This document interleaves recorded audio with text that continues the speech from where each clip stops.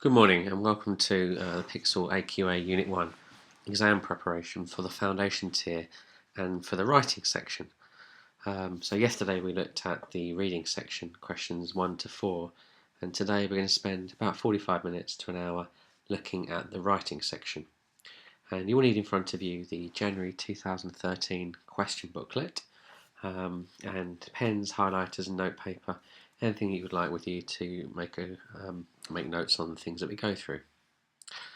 So in the example, you'll get your question booklet, and obviously we dealt with the source material yesterday for the reading section, so we're really only interested in questions 5 and 6 today.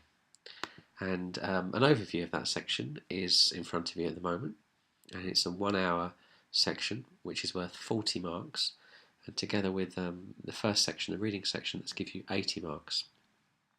Question 5 is the shorter of the two writing tasks for inform, explain or describe, and that's out of 16, with a slightly longer writing task out of 24. And broadly we're looking at getting around about 27, 28 marks for this section to secure a C. We look at thinking about the grade boundaries, around about 56 should more than be inadequate to get you a grade C. So this is the kind of margin we're looking at for the writing section. 12 out of 16 and 18 out of 24.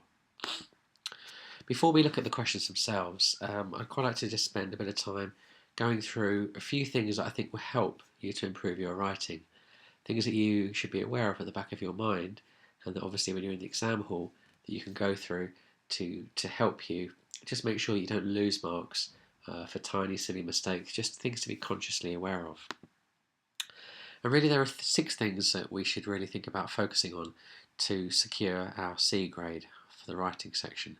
And these fall into these categories: the use of basic punctuation, spelling of simple, regular, common words, using discourse markers or linking words, a wide and varied vocabulary and what that actually might mean, varying our sentence lengths, so the types of sentences we use and what's to create a sense of style with our writing.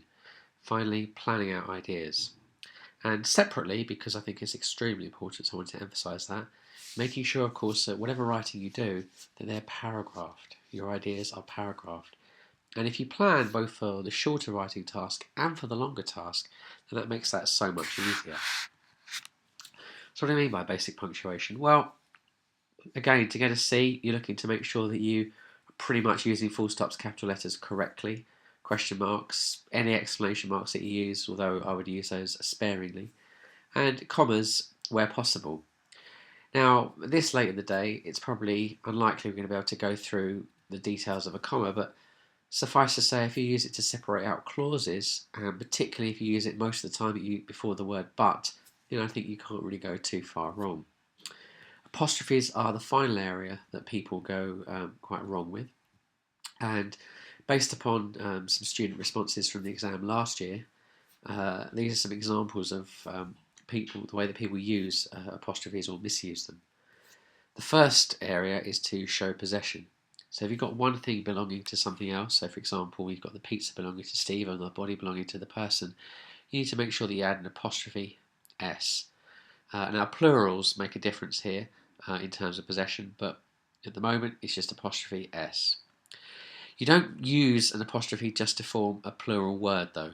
It has to belong to something else. So here, someone's written healthy foods, you don't need the apostrophe here. Likewise, you don't need an apostrophe to form present tense verbs like tell to tells. And finally, the third way in which you commonly use apostrophes is where you have a missing letter or letters. So for example, it's a great snack, you're missing the letter I, because you're combining the words it is to form a new word it's. Likewise with what is healthy, that is the phrase. If you're in any doubt, write it out in full and then you can't really go too far wrong. So here for example you would write it is a great snack. What is healthy? That is the phrase. Simple spellings. Now again, these are things to be aware of, particularly the difference between spoken language and written language. And 2 areas that are very common within that are the difference between would have and would have. Now quite often when we talk, particularly to our friends, we say we would have had that, we could have had that, etc. But actually, It's not the word of, even though it sounds like it, it's actually the word have. So just consciously be aware of that. A lot of students get confused about the word a lot. They think it's one word when in fact it's two. And again, other areas, the confusion between themselves and themselves. Homophones are something else to be aware of. And the most common confusions are highlighted there for you. So the difference between something that's over there or is their belongings. We're going to church or going to the shopping arcade, or there's too much of something. One of many, get off me. And again, quite helpful to, if you're not sure about the difference between the spelling, put it into a wider sentence that should give you the reminder that you need about how to get that right. Okay, difference between right and no and no.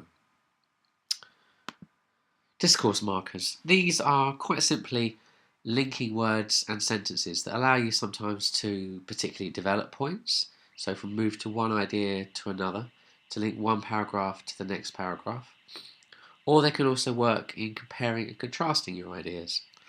And that's particularly useful for question 6, where you might be asked to argue a particular point, and you might have a view that you're trying to express, but you might want to consider how somebody else might interpret it. So you might say one thing and then say however, or unlike, or whilst. Vocabulary choices. I hope to show you some of that later when we go through the modelling of question 5 and 6, because I think there's quite a lot of confusion sometimes around what do we mean by a wide and broad and interesting vocabulary. And I'm going to be clear now, it doesn't necessarily mean using the longest words that you can possibly think of. It can be using words that have particular effects that match what you're trying to communicate.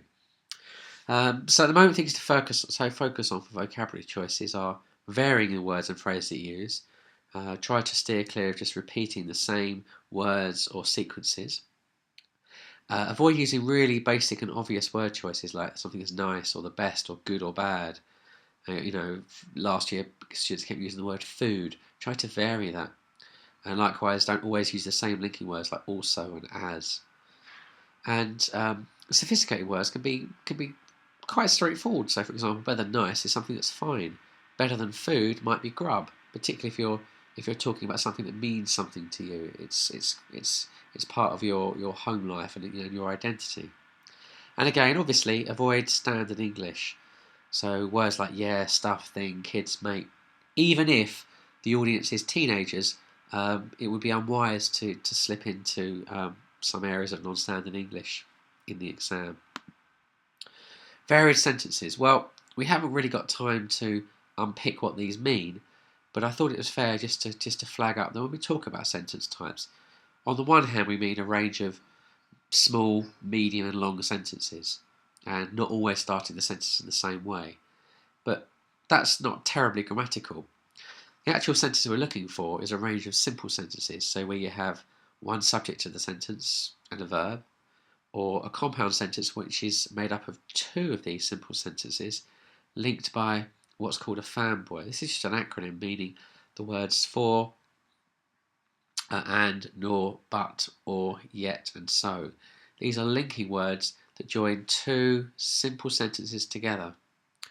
And finally, a complex sentence where you have one main sentence, one main clause, which is made up of a subject and a verb, and then linked to something else that's dependent upon that. And my advice to you at this stage would be just to look at some of the reputable websites or books that are available, just to be clear about how to construct an accurate sentence. Because if you can do that, and do that effectively, for the writing section, you're going to be well on your way to a C. There are times, of course, when you might want to write an ungrammatical sentence. In other words, that one that technically doesn't make sense, but in the context of what you're trying to say or the way that you're trying to express it, can be very powerful. So, for example, dropping in a one-word sentence like lovely, or just having a subject, no verb, a slice of heaven, helps to convey your passion, your feelings towards, in this instance, food. Planning out ideas. We are going to look at how to plan a response and how to use that plan and maybe when to deviate away from it. And I think that whilst you might be able to start writing pretty much straight away, you'd probably be unwise to do that because it tends to mean that you have a cracking first paragraph. But as your writing progresses, what tends to happen is it loses its focus and starts to become quite repetitive. And what starts as a really, really promising piece of writing soon falls away. So, the writing section. In both tasks, you have to do the opposite almost of what you do with the reading paper. With a reading paper, you have to work out what the text is that you're reading. What is it? What kind of text is it? Who's it aimed at? What's it trying to do to you as a reader? And then when you have that straight in your mind, the questions become quite straightforward. You understand, that's what they're trying to ask me to do. They're trying to ask me how it's using language to persuade me, or how it's trying to use images to inform me. In the writing section, if you think about it, you're effectively doing the same thing in reverse. So this time, you're having to establish what the genre is, what you're being asked to actually produce, what the type of text is, who's it aimed at, and try to be specific in your mind. Is it aimed at an age group, or a lifestyle, or a particular job, or who's it aimed at? And finally, what are you being asked to produce? And taken together, the genre, the audience, and the purpose, this will influence what you have to say, the words that you use to express that, and how you put the whole thing together. And if you don't understand or make these things explicit, I don't think you're going to get a whole text that's coherent and well structured. And that's really, in the writing section, what the exams are looking for. Can a student produce an extended piece of writing over a sequence of paragraphs that makes sense and is doing what it's supposed to be doing? So, that's really important. Moving on now to question 5. Question 5 is the slightly shorter writing task, and it will always ask you something either on informing or explaining, or possibly something descriptive, or maybe even a combination of both. It will take a variety of different forms, letters, articles, or, as in the case of last year's exam, to produce a radio script. And really, as I mentioned here, you're being assessing your ability to communicate ideas clearly and effectively with good spelling, punctuation, and grammar. Practically, you're looking for about 3 paragraphs. It does say in the examiner booklet about a side of A4. It's out of 16 marks, and we're looking to get you about 11 or 12. And if you do that, you'll be well on your way to getting a C. Some of those marks, the bulk of them are out of 10, and this is for what you've got to actually say. Have you recognised the genre? Have you organised your writing in a sequence of set of structures, and are you paragraphing? And then, of course, you get your 6 marks for quality of your spelling, your punctuation, and your grammar. And even if you make some mistakes here, or don't perhaps do as well as you can, you still can secure about 4 marks here, which is going to get you the 12 that you need. And you're being advised here to spend about 25 minutes on this question, including 2 or 3 minutes planning, and really focusing on developing a few ideas in lots of detail. So here's the question. A new website called Outdoor Exploring for Kids has just been set up. Write a short article for the website describing a place that you have explored and the most interesting thing that you found there. Now, there might be a temptation to start writing straight away and just, I know this place, and just get going. The danger, of course, as I mentioned earlier, is that you can soon veer off track. And you're probably wise to spend a good 30 seconds a minute checking that you understand the question. So it's a new website. It's called Outdoor Exploring for Kids. So whatever we've got to write about, it's kind of to do with children's activities, and particularly outdoors children activities.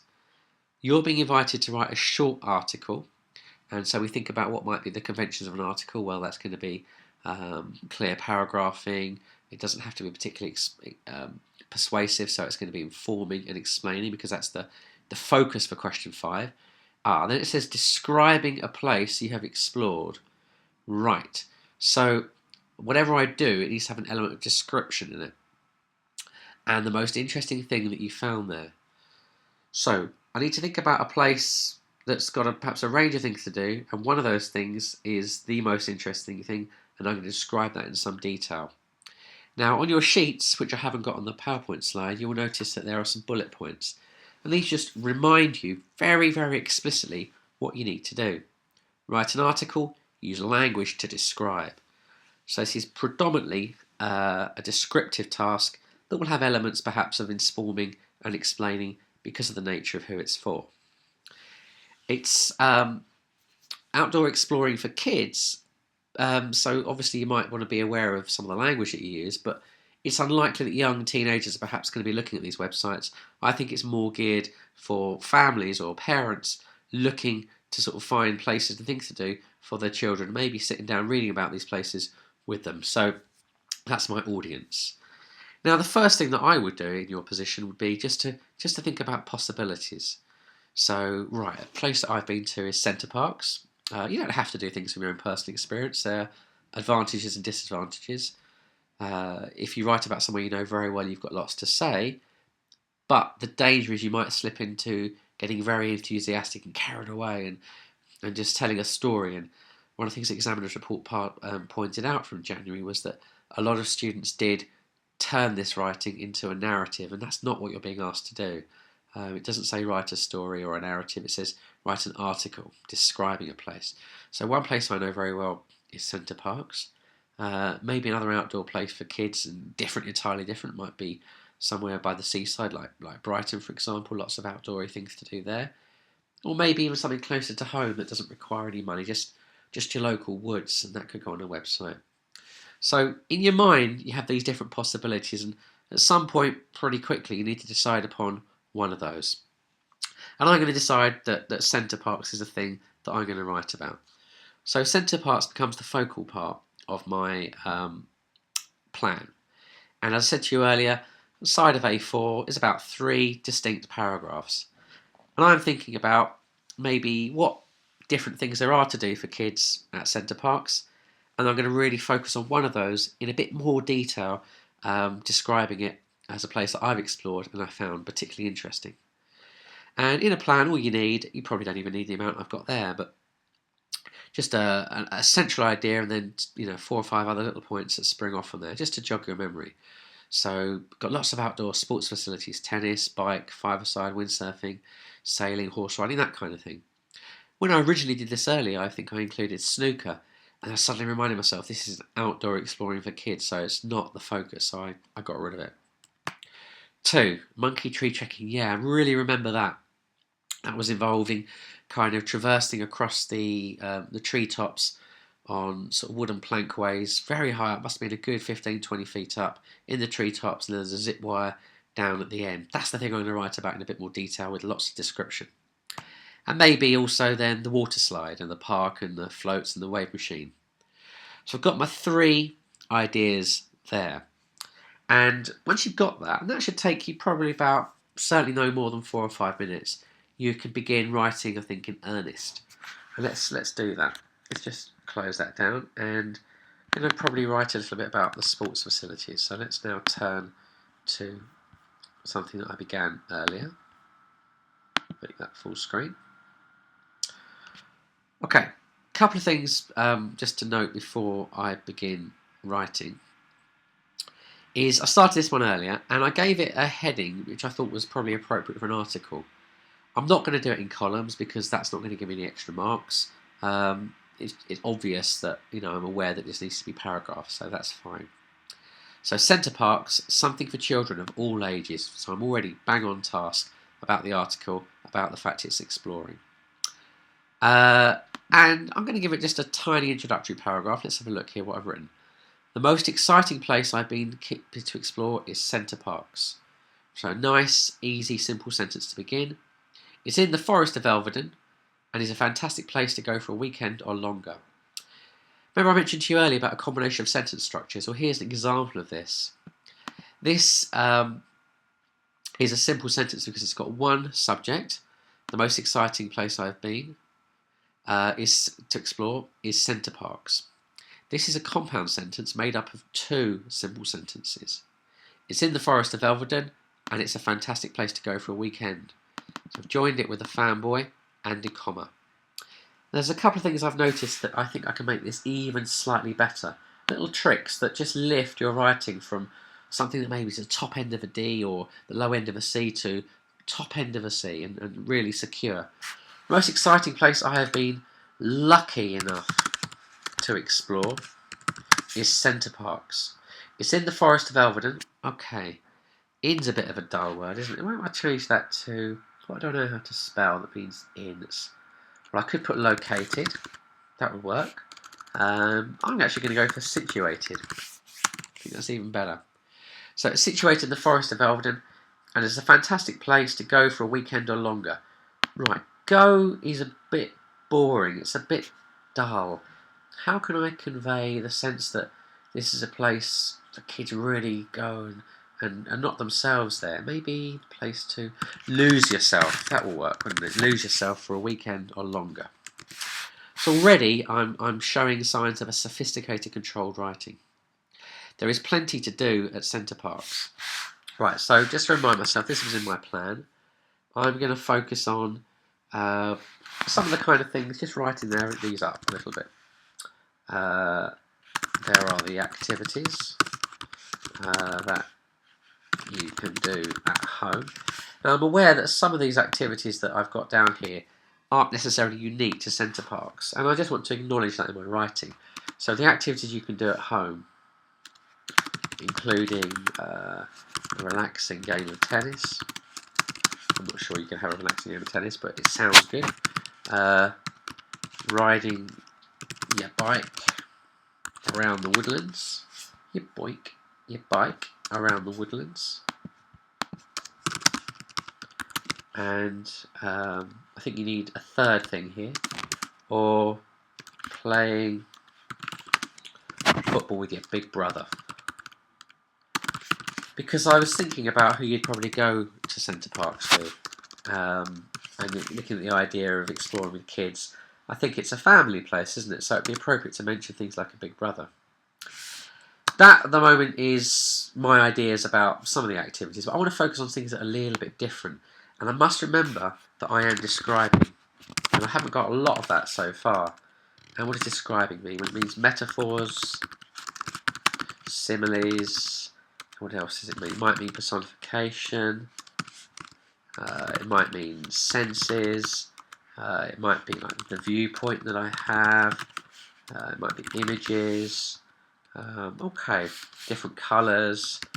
Just to be aware of. Now, this isn't a checklist necessarily. It's just things that I'm thinking, this is the kind of thing that I would need if I want to be convincing in my description.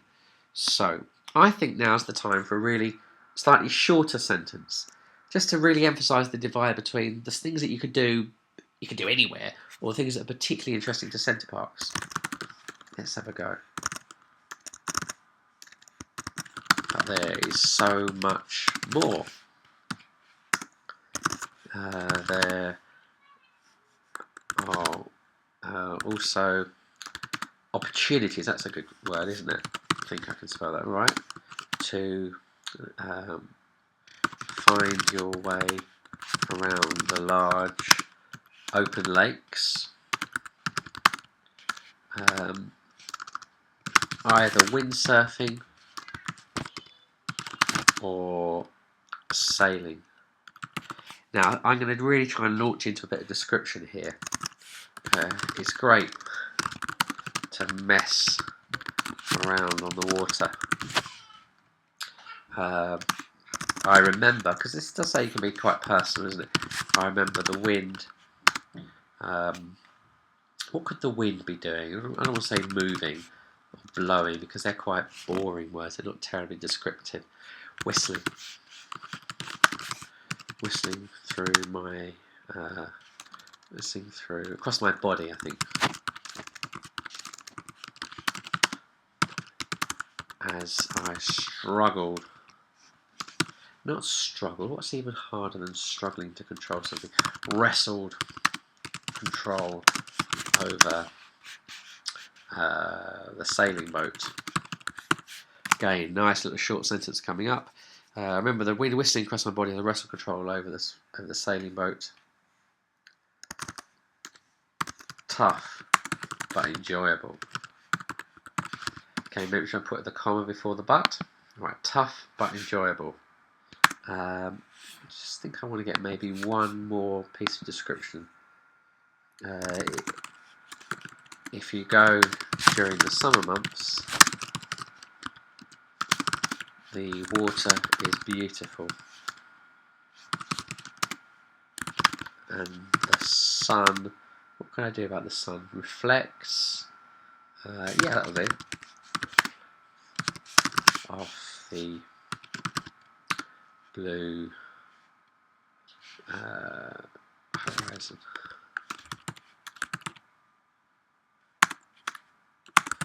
Makes you feel as if you are a million miles away from home. That'll do. If I wrote, I mean, that's quite a long paragraph actually, but if I wrote another one of those and possibly a tiny little paragraph like that would certainly be enough. Certainly 3 of those paragraphs would be plenty. So you kind of get the sense of what you need to do. I'm going to just maybe write one more paragraph, but in order to do that I just need to go back to my plan, because this was the thing that I wanted to write about in a little bit more detail. So I just want to show you how you could go about doing that. So here, if I just pop down here, monkey tree, just to give myself a bit of a reminder, and we'll start writing here. Now I want to have some way of indicating this is the best thing that I did, so I'm going to make that really clear in my opening topic sentence. Perhaps the most interesting aspect of Center Parcs, nice and clear to the examiner that I'm now talking about one of their bullet points, is monkey tree trekking. Now obviously if you can't remember the specific names of things, it doesn't matter, just make it up. You walk along tall along rope bridges slung across large trees, and every few steps that you take you realise just how high up you are. Too high. Too high for some, such as my sister. I don't have a sister, but it sounds good. So you walk along rope bridges slung across large trees, not tresses. I want to highlight a few things here. Most of the words in this sentence are 4 or 5 letters long, but I've chosen some specific things here that are interesting. I didn't just call them bridges, I called them rope bridges, so that's descriptive. I chose the verb slung, which I think it just gives you that sense of informality and maybe the fact they're quite dangerous and precarious. I talked about just how I made it a compound sentence here, and how every few steps you realise how high you're up, and just had a little bit of humour here. It's not a grammatical sentence, which is why Word has pinged it up as being green, but it works. Too high for some, such as my sister. I want to kind of maybe keep going.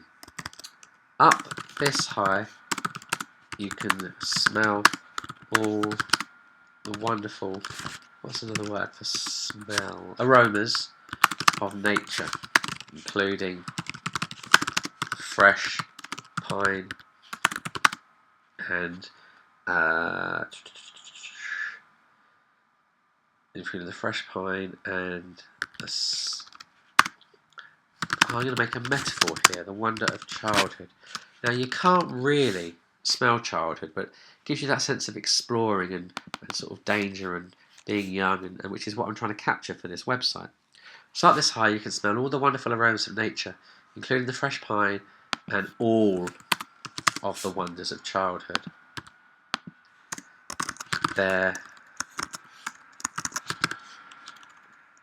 beautiful. What colours will I find up this high? Beautiful browns and greens surround you like a big. I'm trying to create a simile here. What would be a good simile? Like a big of leaves. It's not my finest work, but that's what happens in the exam when you're under pressure. Sometimes you can't always come up with the best things that you think of. I just want to keep maybe writing one more sentence. from this height, all you can see are the I'm going to try and get a sense of how high up I am here.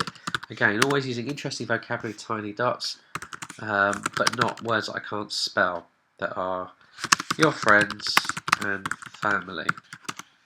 This really is a top experience. I was going to put great, but I actually think the word top is better because it sounds more energetic and natural and unforced. So that is question 5, and like I said, if I had another paragraph tagged on at the end, maybe I wouldn't even need to do my third point. That would be enough for question 5. So we now move on to question 6. Question 6 is the longer of the two written tasks. It will ask you to argue, to persuade, or to take some kind of viewpoint which you need to sustain throughout. And that's really the key for both these writing tasks. Examiners are trying to see that you can write for more than just a few sentences and that you understand what a complete text is, which is why you always have to bear in mind the genre, the audience, and the purpose, and all the things that you have to do surrounding that.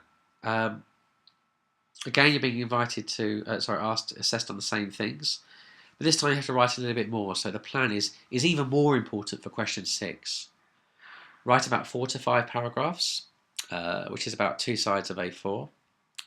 A total of 24 marks here, and I think you need about 17, 18 marks to be really confident of getting the marks that you need to get a C. So looking at about 11, 12 for communication organisation, and about 5 or 6 for your spelling, punctuation, and your grammar. This time you spend about 35 minutes on the question, including planning time.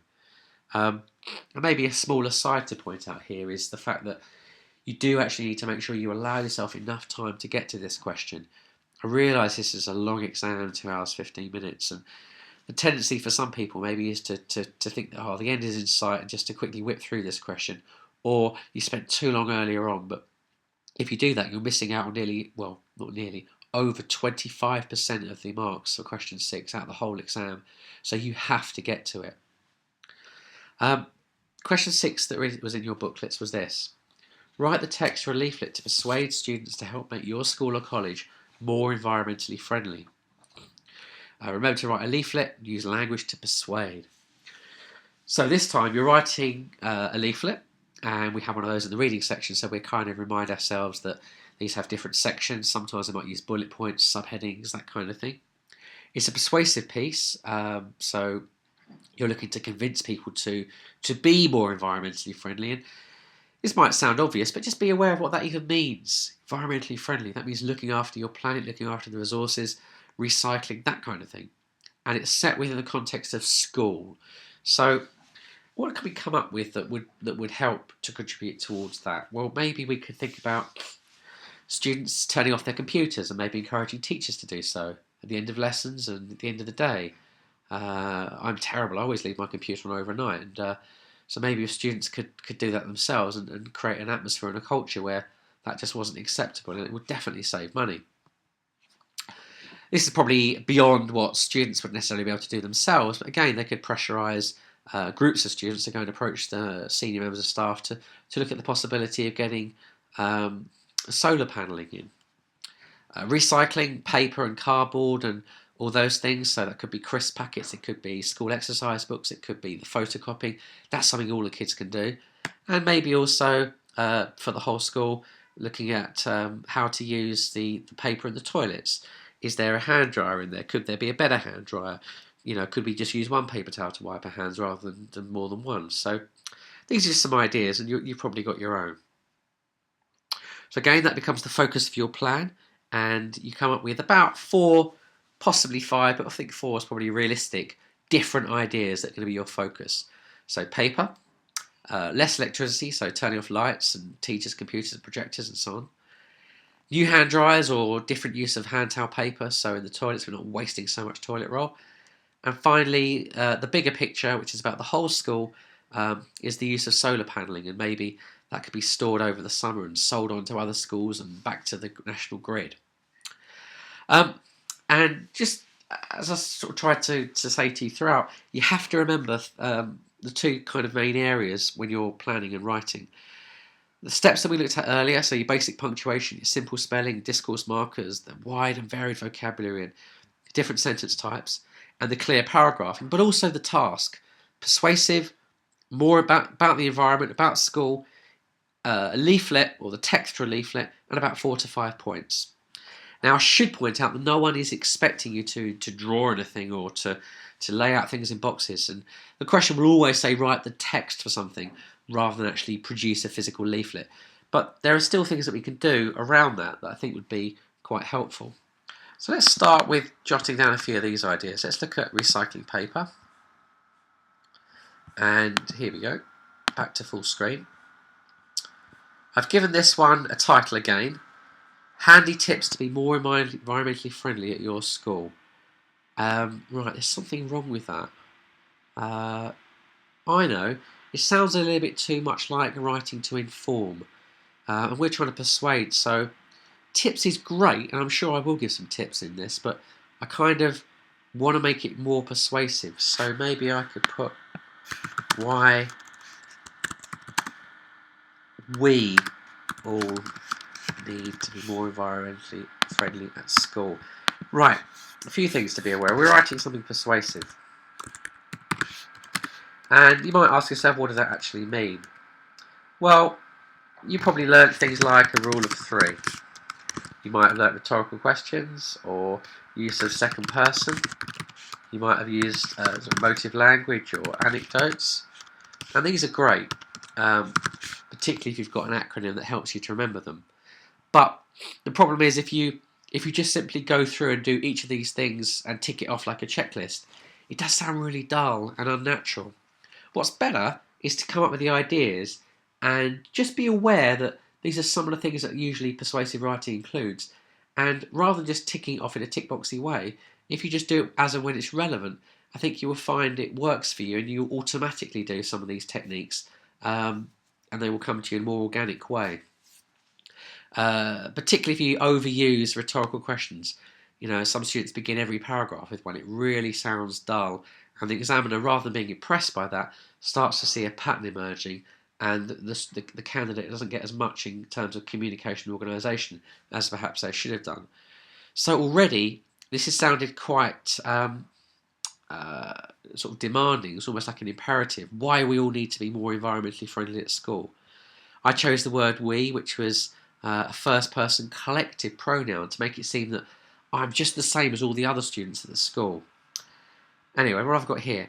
No one wants to waste the planet's resources, so I'm quite emotive there. We only have one Earth. Now, I wouldn't normally say to use an exclamation mark in your writing because if you do it a lot, it's quite childish. But here I think it helps to really reinforce what I'm trying to say, particularly on the back of this being quite a short sentence. It sounds quite strong. We only have one Earth. A few simple steps could help you to keep things going for the next generation. Right. I'm going to keep that steps there because whilst it sounds informally explaining, it's also giving a clear route for people to understand what they need to do, and so it could therefore be considered to be persuasive. So, what's my first point? It was about recycling paper. Well, I'm actually going to give myself a title here, I think. Recycling paper. And again, that's probably quite appropriate, I think, for a persuasive piece in leaflet form, to have it split up with subheadings. I don't have to, but I think I'm going to. What could I say? Have you ever thrown away an exercise book before you have truly finished it? Yeah, all my kids do that. They say, "Oh, I've only got a couple." I ask them, "I've got a few pages left. How can I keep that going?" Maybe I could try to position the reader to make them feel a sense of sympathy. Remember when you lied to your teacher because your old tatty book was almost finished and you wanted a new one straight away. Okay, now what have I got so far? I've got a rhetorical question to start off with. I'm really talking in the language of students by using things like exercise books. I put a word in word there, truly, because I think it just sounds more authentic and a little bit more sophisticated. And again, it's a word that I know how to spell. And I've used a little, not anecdote, but tried to make the reader appreciate that I'm writing to them. Remember, you lied to your teacher because your old tatty book was almost finished and you wanted a new one straight away. Now, I think I need a shorter sentence. What can I write here? We have all done that. However, I want to make a sort of contrasting idea. However, you must be aware that books are made of paper, and every new book that is given out means that paper is wasted. Right. So I'm kind of really trying to make the reader, which is in theory another student, feel a little bit guilty that maybe that they need to use every space in their book. So let me just finish that off. It is, again, I'm really making sure that I'm not distant. I'm just the same as everybody. So it's important that we try to maximise all the space, no, not space, pages available, so that we do not have to waste valuable resources. Okay. Now, if you notice, I was going to talk about photocopying and bins, and I haven't done that in this bit, but because I've written so much about just the exercise books, that's, I think, enough of a paragraph. And sometimes you can deviate from your plan. So I might not even get around to the solar panels, but it's there in the back of my mind, because I think I want to just continue this idea of paper. And I want to have a linking sentence here, don't I? So just a sort of linking word. Yet it is not just our exercise books where we can save paper. Simply putting our, what else would we have that might be paper? Simply putting our bits of rubbish, paper and card into the bin, recycling bin, let's be clear about that,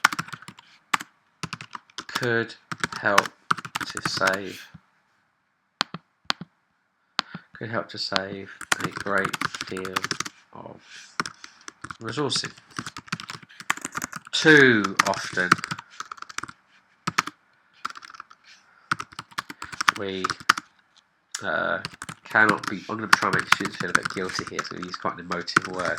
We cannot be bothered to walk the extra few, how far away would a recycling bin be? Might be in the same classroom, might be in the corridor.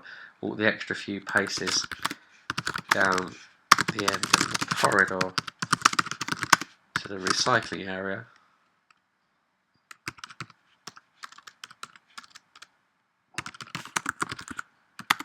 Even though we are young and fit, with the rest of our lives before us. Right, I want to, I could talk about maybe using less photocopying as well. We can also preserve paper by avoiding too much photocopying. And when we do, we could make sure that we cram as much on one piece as possible. Right, I really want to make sure I end this on a particularly powerful way. So what can I use here just to remind myself? I could repeat something, or I could use something emotive, or I'm going to use a little bit of deliberate repetition. It is up to us to make a difference. It is up to us to set an example. It is up to us to do the right thing. Okay, so on my plan, I had recycling paper as one of 4. When I came to actually write it up, I realised that because recycling paper is such a big thing that we can do an awful lot of, I wrote it up as 2 separate paragraphs, 2 separate points. So it's probably unlikely that I'm going to be able to write about all of these things, but that doesn't matter. That's what writing does. As you write, you kind of go with ideas, you reject some, you take some on a little bit more. It is a natural process. But if, for example, that I hadn't been able to do that and I've got stuck on my recycling paper, the plan would have been there to give me the confidence that I would need to go back and to start up a new point. So even though I might not get to the solar panels or the hand dryers, if I run out of steam or thoughts, I know that I've got something else to include. Okay, so that's pretty much the end of what I wanted to go through today. This video clip will be available on our YouTube channel or via Huddle, so if you need to access that, you need to contact your teachers.